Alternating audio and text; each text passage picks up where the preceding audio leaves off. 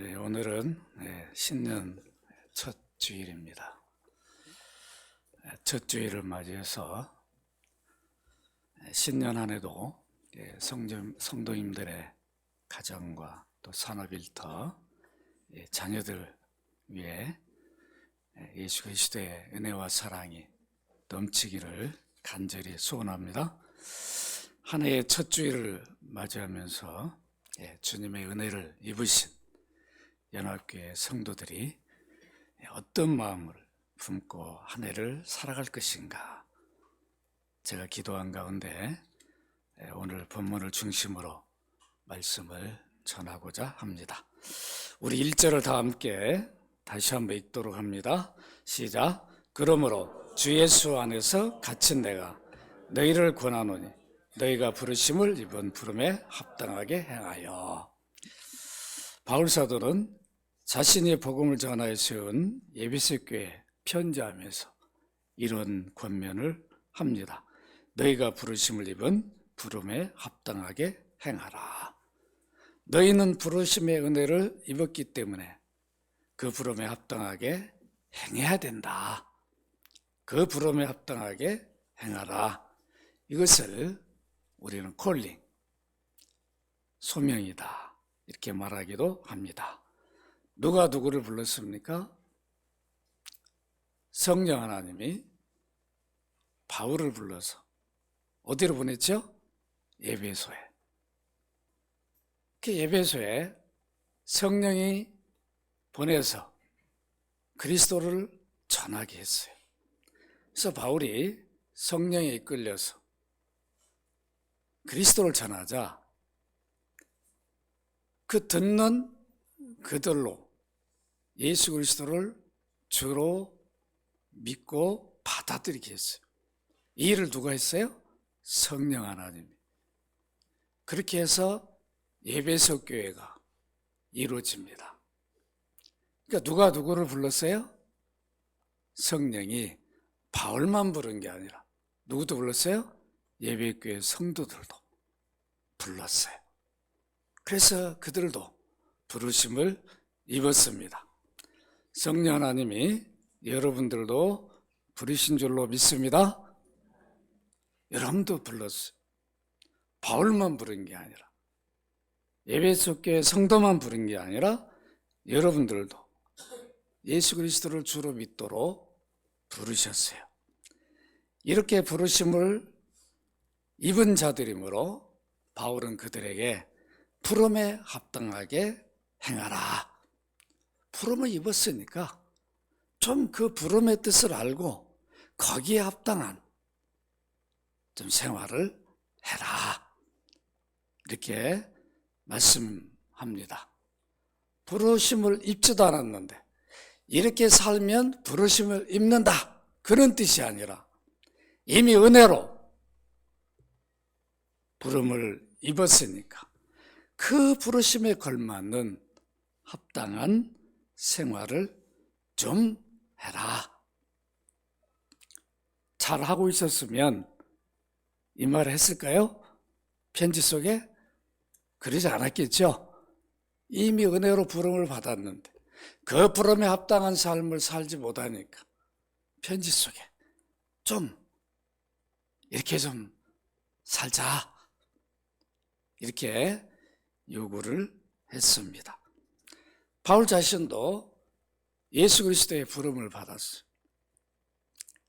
핍박하던 바울이었지만 예수 그리스도를 믿으려 하지도 않았던 사람이 부활하신 주님이 바울을 만나주시고 예수 믿는 자들을 붙들어서 끌고 올려오는 그 일을 앞장서 하는 바울을 만나서 그를 불러서 오히려 그리스도를 믿는 것으로 끝난 게 아니라 네가 핍박한, 네가 인정하지 않는 그 그리스도를 증거하고 전하는 사도로 부름을 받았어요.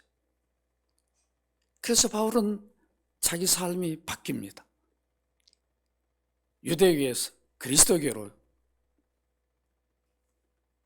이제 그는 그리스도인 사도로 바뀌어요. 그래서 그 부르심에 합당한 생활을 하다가 지금 어디에 돼 있어요? 갇혀 있다. 어디에 갇혀 있습니까? 복음을 전하다가 잡혀서 노마옥에 갇혀 있어요. 그래서 에베소 교회 보낸 편지를 우리는 뭐라 부르죠? 감옥에서 보낸 편지라 해서 옥중서신이다. 이렇게 말해요. 에베소, 빌립보서, 골로새서, 빌레몬서. 이것을 옥중서신이라.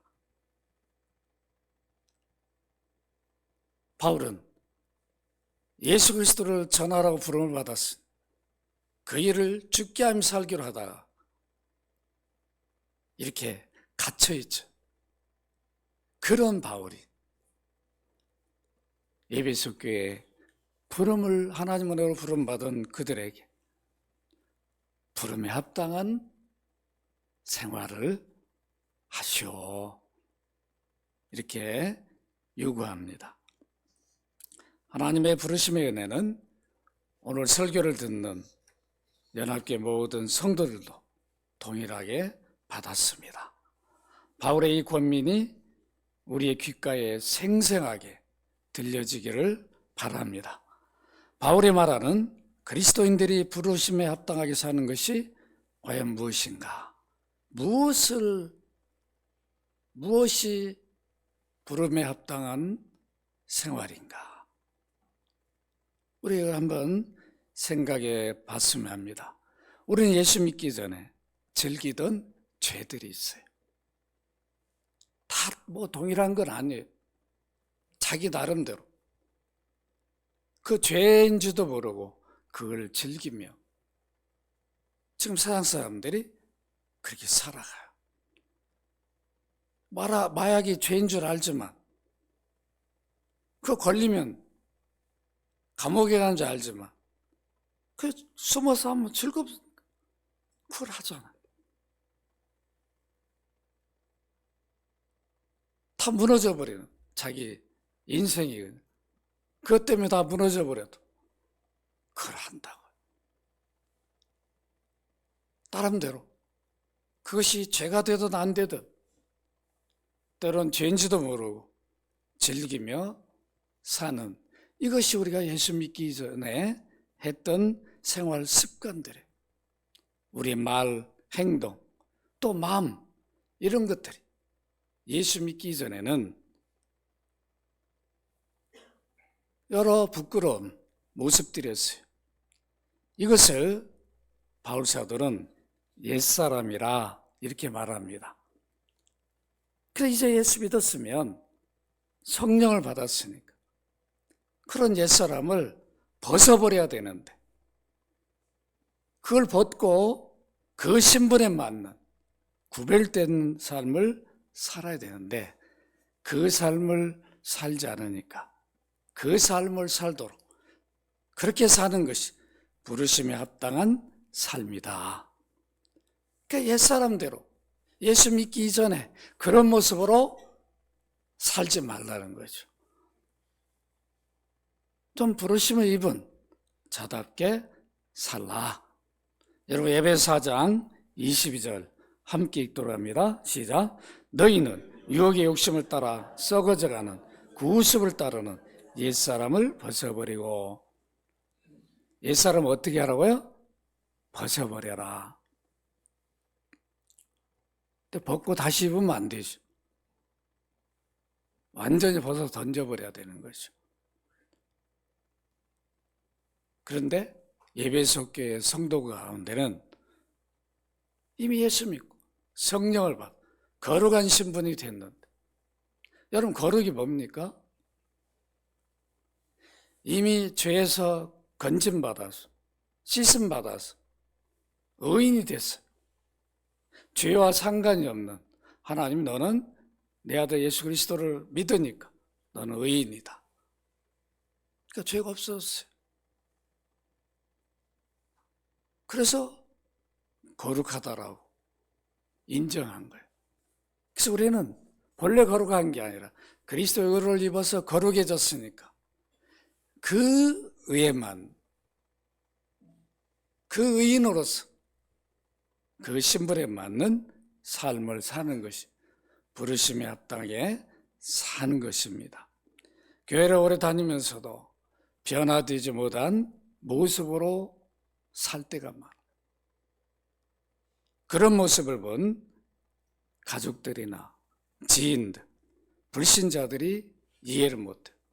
저렇게 교회를 오래 다니는데 아직도 하는 모든 것을 보면 뭐 다닐 때나 안 다닐 때나 별 차이가 없다. 그런 모습을 보면 그가 믿는 믿음을 의심합니다. 그리고 교회에 대한 부정적인 생각을 갖게 돼요. 우리가 이런 과거의 모습으로 계속 살아간다면 전도의 길이 막히게 돼요. 저렇게 살려면 나 같으면 교회를 안 다니겠다. 여러분들 아마 그런 분들 보셨을 겁니다.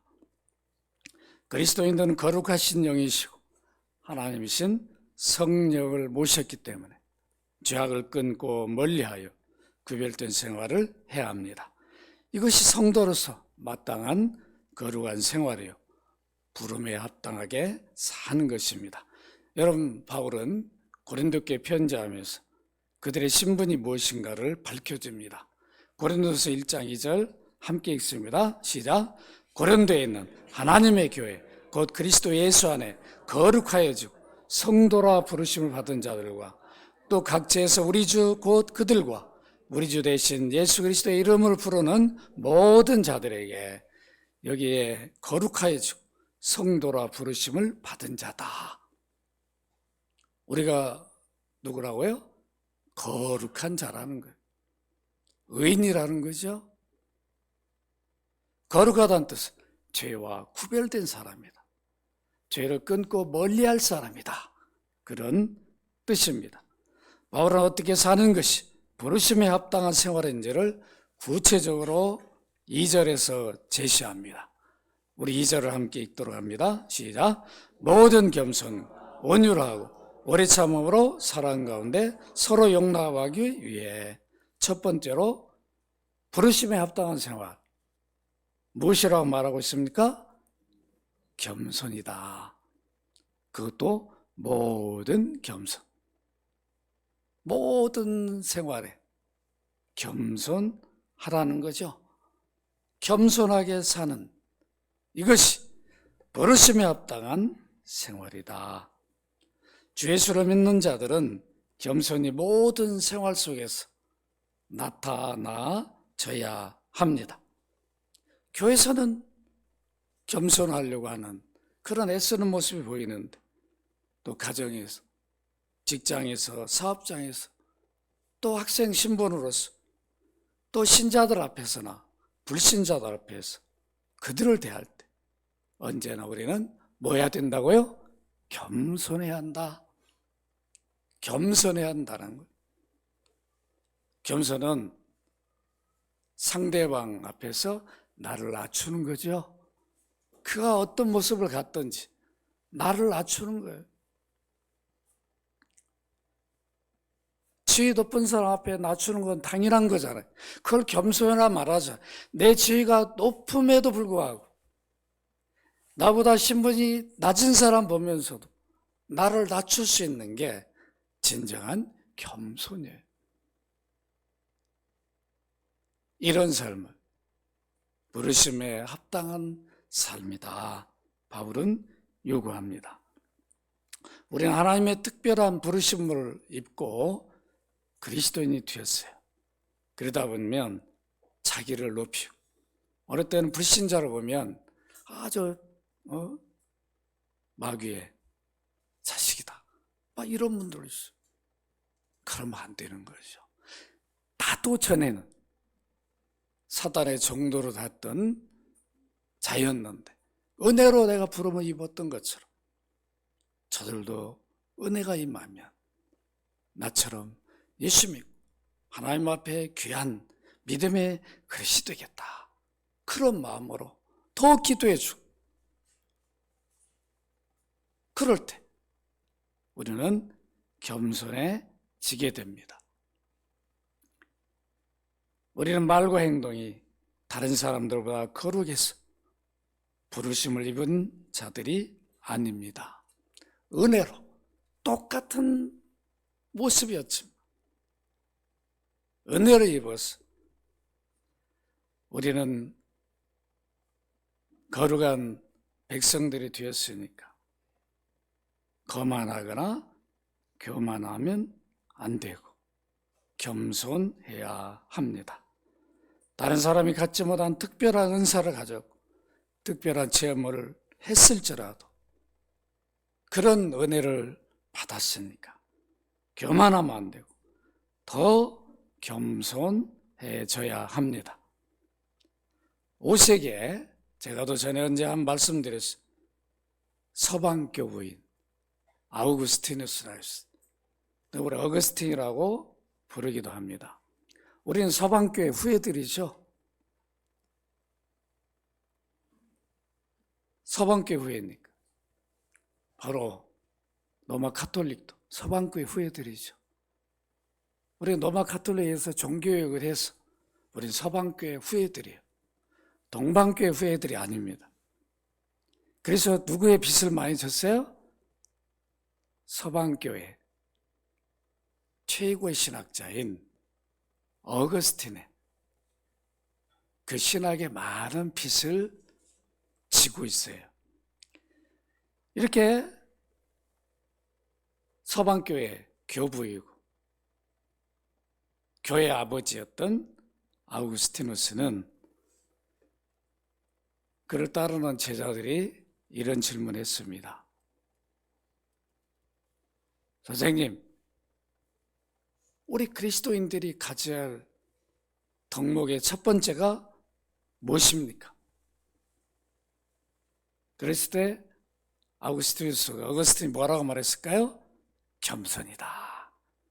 그랬어요. 그러면 두 번째 가져야 할 덕목이 뭡니까? 그럼 또 다른 걸 말할 줄 알았는데 겸손이다. 아, 그랬습니까? 그럼 세 번째 가져야 할 덕목은 뭡니까? 그것도 뭐라고 그랬어요? 어거스틴 겸손이다 그랬어요. 겸손.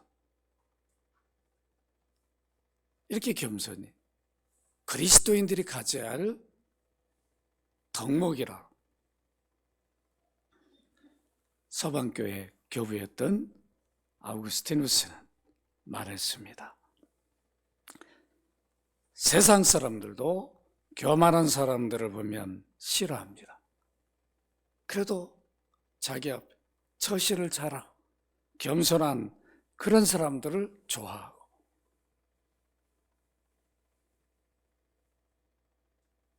그게 당연한 거 아니겠어요? 교만한 사람은 누구나 다 싫어합니다. 그렇지만 그리스도인들의 겸손은 세상 사람들이 처신을 잘하기 위한 겸손하고는 본질적으로 차이가 있습니다. 주 예수를 믿는 우리들이 겸손해야 할 이유가 무엇 때문인가? 주 예수님이 겸손의 본을 보여주셨어요.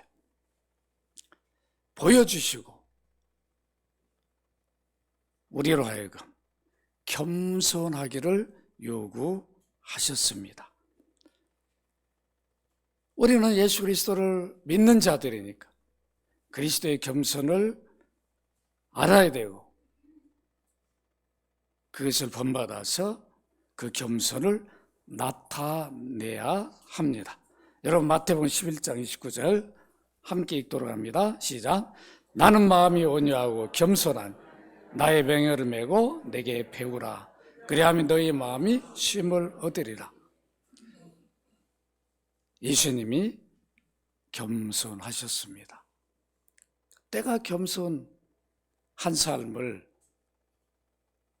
산 것을 너희들이 알고 그걸 본받아서 너희도 겸손해라, 배우라 이렇게 분명히 말씀합니다. 우리는 스스로 노력해서 겸손해질 수가 없어요. 교육으로 겸손한 것은 한계가 있어요. 어느 정도 시간이 지나면 다시 교만해져.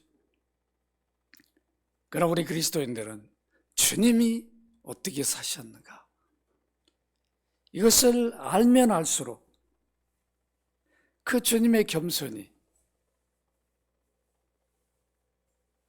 우리 마음에 새겨지게 돼요. 주님이 이렇게 사셨구나, 이렇게 하셨구나, 그러니까 나도 이렇게 해야 되겠구나. 주님이 이렇게 하셨는데 내가 어떻게 교만할 수 있겠는가? 이렇게 바뀔 수 있게 됩니다. 주 예수님은 그리스도인들에게 어느 정도의 겸손하기를 요구하시는지 그 예를 요한복음 14장 12절에서 15절로 찾을 수 있습니다. 우리 함께 한 목소리로 읽도록 합니다. 시작. 그들의 발을 씻은 후에 옷을 입히시고 다시 앉아 그들에게 이르시되 내가 너에게 행한 것을 너희가 아느냐? 너희가 나를 선생이라 또는 주라 하니 너희 말이 옳도다. 내가 그러하나 내가 주와 또는 선생이 되어 너희 발을 씻었으니 너희도 서로 발을 씻어주는 것이 옳으니라. 내가 너에게 행한 것 같이 너희도 행하려 하여 본을 보였느니라. 이것을 뭐라 불러요? 세족식이라고 보통 말합니다. 사실 별로 의미가 없는 말이죠. 이건 세족식을 하라는 뜻이 아니죠. 예수님 누구예요? 창조주예요. 구속주예요. 제자들은 누구예요? 피조물이에요. 창조주고 구속주가 피조물의 발을 씻어줬어요. 여러분 한번 생각해보라. 피조물끼리 발을 씻어준 게 아니에요. 교황이 발을 씻어줘도 눈물을 흘려 감동을 해요. 어떻게 교황이 내 발을 씻을 수 있나? 그 정도가 아니죠. 목사가 수련해가지고 이 본문을 보면서 성도들이 발을 씻겨서 막 운다는 거. 이런 세족식이 아니에요.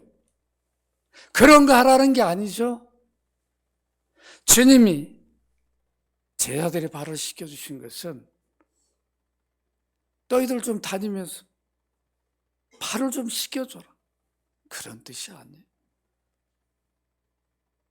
내가 창조주로, 너희를 지은 창조주로, 너희를 구원한 구속주로, 너희 가장 더러운 그 부끄러운 발, 여러분 발이 더러우면 사람들 내놓기도 부끄럽다, 냄새나는 그런 발을 내가 씻겼다면 너희들끼리는 어떤 섬김도 못할 게 있냐? 내가 너희들 이렇게 했다면 너희들도 이렇게 해라. 이 말씀이에요. 근데 이 말씀 오해해가지고 세족식이나 하고 있다. 똑같은 말씀이 아니라 우리가 어느 정도 겸손해야 되는가를 잘 주님이 보여주셨어요. 여러분 중동 지방은 더운 지방 아닙니까? 저는 안 가봐서 모르는데 갔다 오면 얘기더라고요. 너무 더워. 막 신발을 우리 한국 사람 너무 더우니까 들고 맨발로 막 다닌다고 하더라고요. 그래서 중동 사람들은 당시 이스라엘 사람들은 어떤 신발을 신어요? 샌들. 먼지가 많고 더운 지방에 여러분 샌들을 신고 다닌다고. 좀 가면 조금 걷다 보면 뭐예요?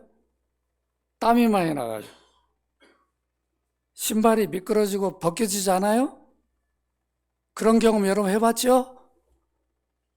그러면 먼지와 땀이 범벅이 돼가지고 한참 걷다 보면 나중에 냄새가 나. 그렇게 발이 더럽다고. 그런 발을 자기들끼리 씻겨준 게 아니고 창조주, 구속주가 그 발을 씻어주셨어요. 여러분, 이 본문을 보면 주님의 사랑이 어느 정도인가를 정말 우리가 느껴야 됩니다. 이런 사랑으로 우리를 대하시는구나. 이런 사랑이기에, 이런 겸손이니까 십자가에 죽으셨고, 어떻게 피조물을 왜 죽냐고요. 그것도 죄인들 위해서, 반역한 죄인들 위해서. 주님이 왜 이 겸손을 보여주셨습니까? 그리고 끝내지 않았어요. 14절에 보니까 내가 주와 또는 선생이 되어 너희 발을 씻었으니 너희도 서로 발을 씻어주는 것이 옳으니라. 내가 너희에게 행한 것 같이 너희도 행하게 하려 하여 본을 보였노라. 따라서 합시다. 본을 보였노라.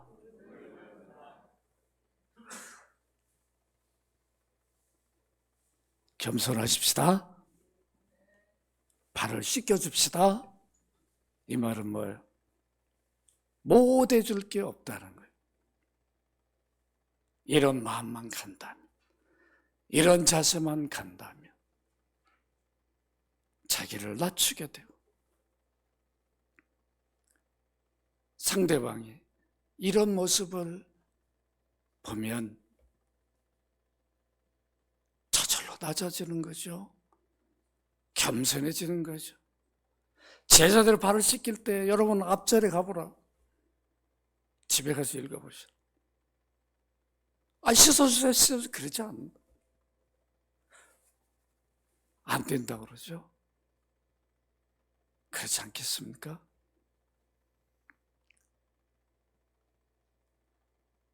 그들의 주요, 통치주, 심판의 주. 발을 씻겼다면 너희들끼리는 어떤 걸림돌이 있냐? 뭐가 서로 대단해서 내가 그들보다 높다고 그런 섬김을 못하느냐? 포모스의 그것을 주님이 드러내주고 있습니다. 이런 발이나 씻겨주는 흉내를 내라 그런 뜻이 아니에요. 물론 발을 씻겨주는 것도 귀한 얘기죠. 어떤 섬김도 하라는 의미입니다. 세상의 어느 황제가 신하의 발을 씻겼다는 말이 들어본 적이 있습니까? 만일 그런 일을 하였다면 그 왕과 황제는 최고의 존경, 높임을 받을 겁니다. 우리 황제가 나 같은 이런 나를 발을 씻겨줬었다고. 얼마나 나팔을 불고 다니겠습니까? 이렇게 피조물 사이에도 지위 때문에 이런 일을 쉽게 할 수 없습니다. 신하가 왕의 발을 씻어주는 일은 할 수 있어요. 영광으로 여깁니다. 그걸 겸손이라 말하지 않아요. 부모 어린 자녀들 발을 씻겨주는 일을 합니다.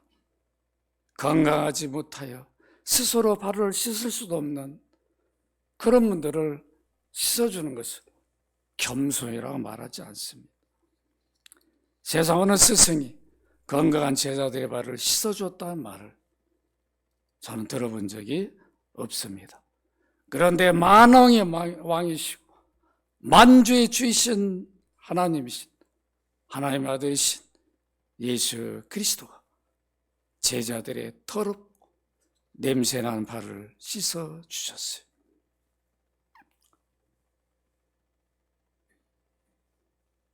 세례 요한은 예수님이 어떤 분인지를 너무 잘 알았어요. 그래서 예수님께 이런 고백을 했습니다. 누가복음 3장 16절 우리 같이 한번 읽어보도록 합니다. 시작. 요한이 모든 사람이 대답하여 이르되 나는 물로 너에게 세례를 베풀거니와 나보다 능력이 많으신 이가 오시나니 나는 그의 신발끈을 풀기도 감당하지 못하겠노라. 그는 성령과 불로 너에게 세례를 베푸실 것이요. 뭐라고 고백해요? 세례요한이. 예수님의 뭐도 못 하겠다고요? 신발끈.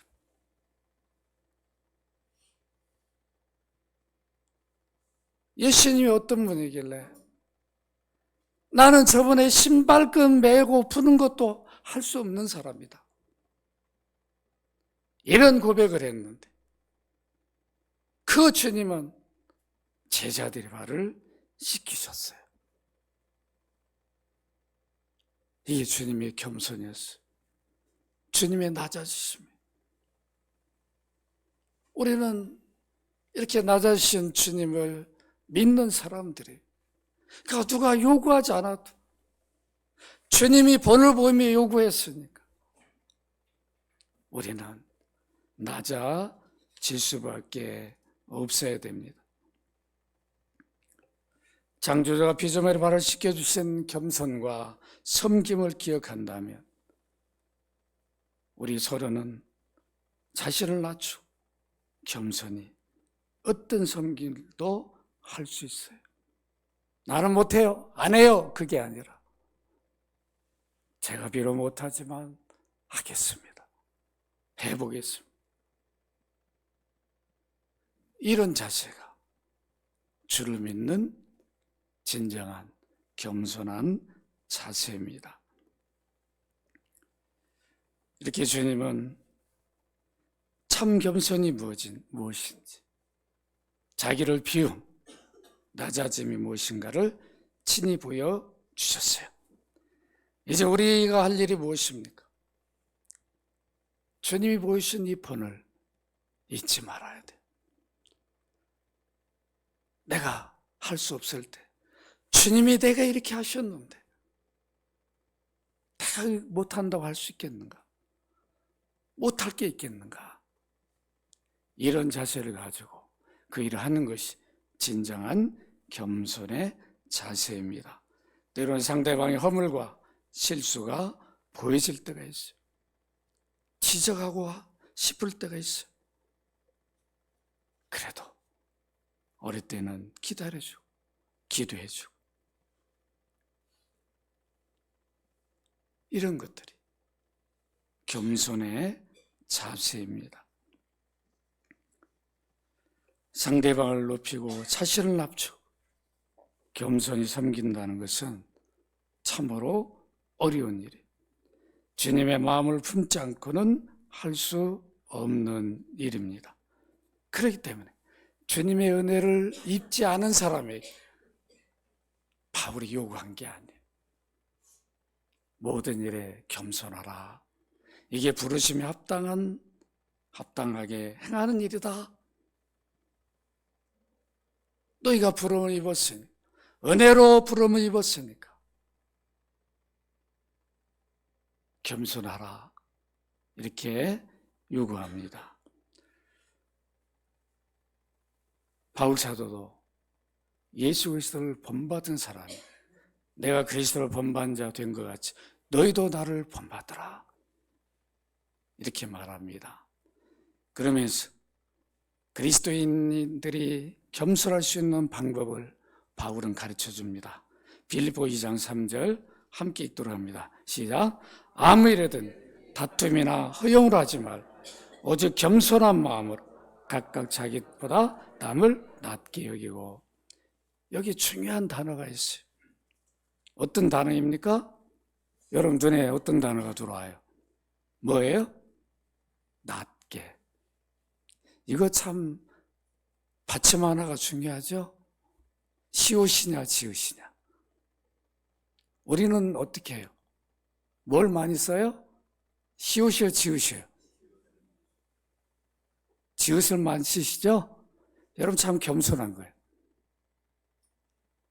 남을 낮게 여긴 그런 뜻이 아니라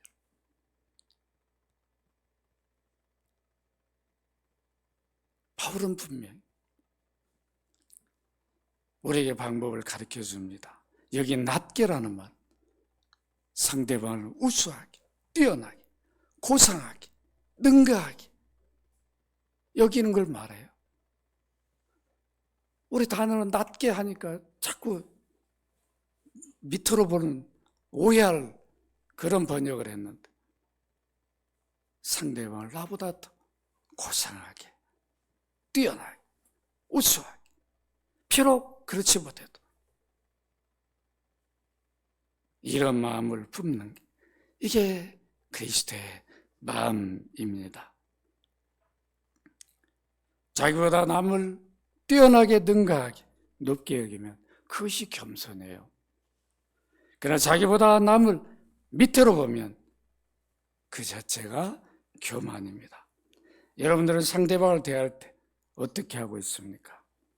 서양 사람들은 자기보다 남을 높게 보려 하잖아요. 밑에 놓으려고 갇힌 노력을 다해요. 어릴 때는 자기 신분도 속이죠. 그 자리 가려고. 그러나 우리 그리스도인들은 주님이 그런 삶을 요구하지 않아요. 높은 명예를 줍니다. 더 낮아져야 되죠. 더 섬겨야죠. 왜요? 주님이 우리 모습을 보시니까. 우리에게 친히 그런 모습을 보여주셨으니까 우리는 낮춰야 됩니다. 낮아져야 됩니다. 이것이 바로 부름에 합당한 생활입니다.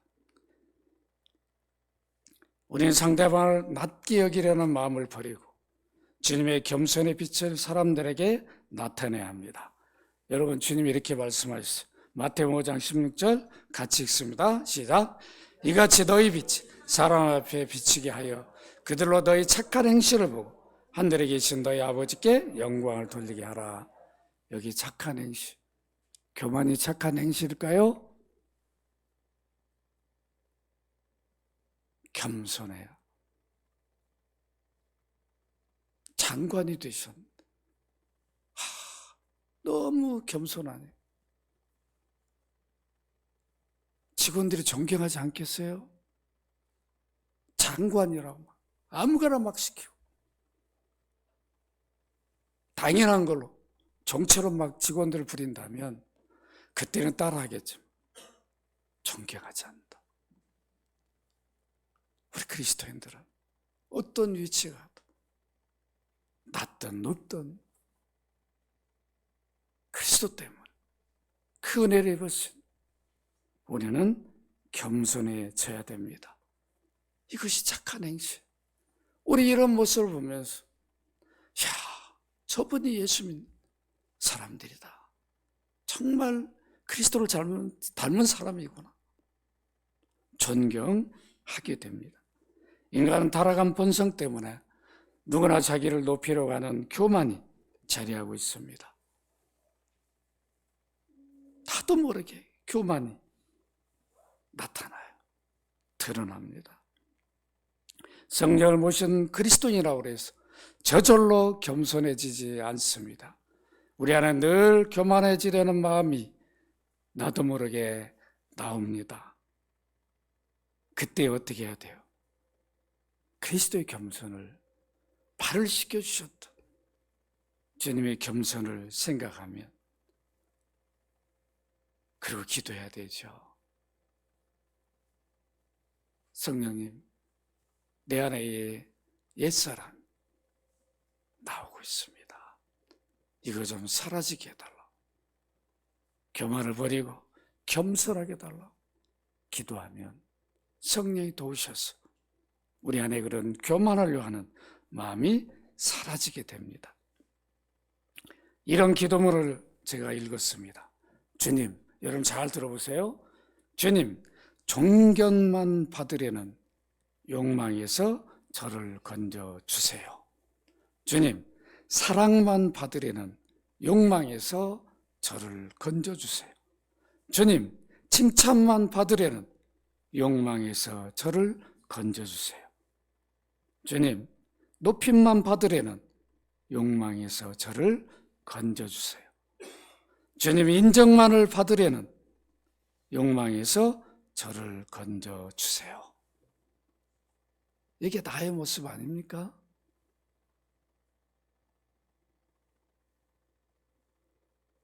이 기도문을 작성한 이분은 겸손하지 못한 자기 자신을 보고 얼마나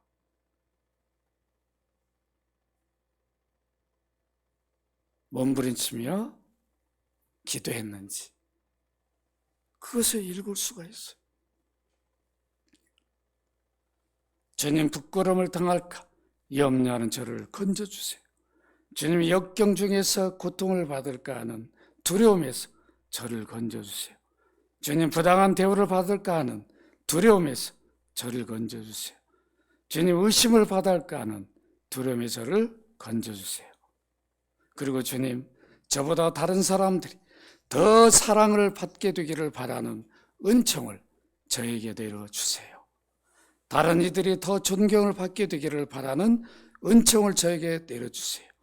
다른 이들이 칭찬을 받고 저는 눈에 띄지 않기를 바라는 은총을 저에게 내려주세요. 다른 이들의 모든 일에서 저보다 더 인정받기를 바라는 은총을 저에게 내려주세요. 여러분, 이 기도문을 들으면서 어떤 생각이 드십니까? 난 그렇게 살고 있는데? 그러면 참 너무 좋은 거죠.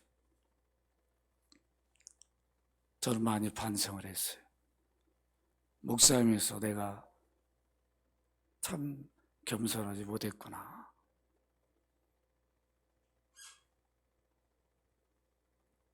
말씀을 맺습니다.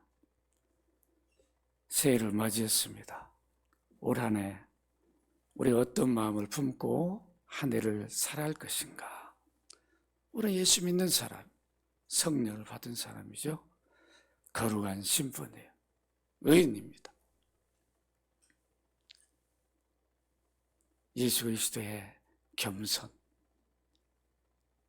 그것을 우리는 본받아야 됩니다. 이게 부르심에 합당한 생활입니다. 겸손해지는 거 쉽지 않아요. 그래서 기도가 요구됩니다.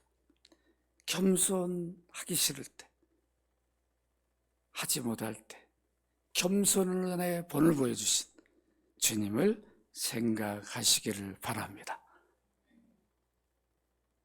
제자들의 더러운 발을 씻어주신 그 주님,